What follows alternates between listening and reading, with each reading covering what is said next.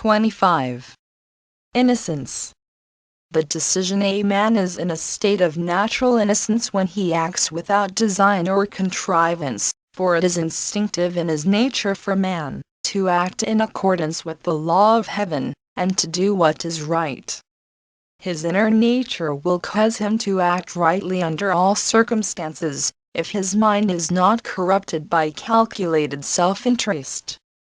His goodness, then, is intuitive and unintentional, because it is the open and automatic expression of his inner self, not of his conscious mind. The moment he begins to calculate his actions towards outcomes, personal advantages and rewards, innocence ceases to exist. When man's nature is overridden by his desires and his inner spirit is stifled by ambition, he destroys the natural purity of his humanity, and becomes capable of all kinds of evil. And when he finally manages to completely quell this inner voice of innocence, he becomes totally corrupted, for his mind can devise all kinds of justifications for his own self-centered ways. But if he retains this innocence and keeps his spirit pure, it will guide him in all his actions, and bring him supreme success. He will experience the certainty of one who knows what is right and what is wrong without having to make wrenching moral analyses. Whatever he does guided by such a spirit is in accordance with the will of heaven, and attracts good fortune.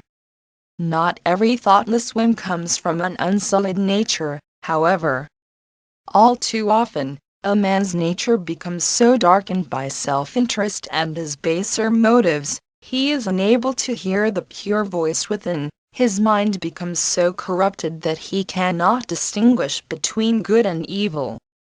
But that is good is that which produces good fruits, that serves as a blessing to all that a man touches, that does injury to no man, and that is not calculated solely to produce advantage to the actor, whether real or imagined. Those are the actions that are in accord with the will of heaven and that bring progress and success.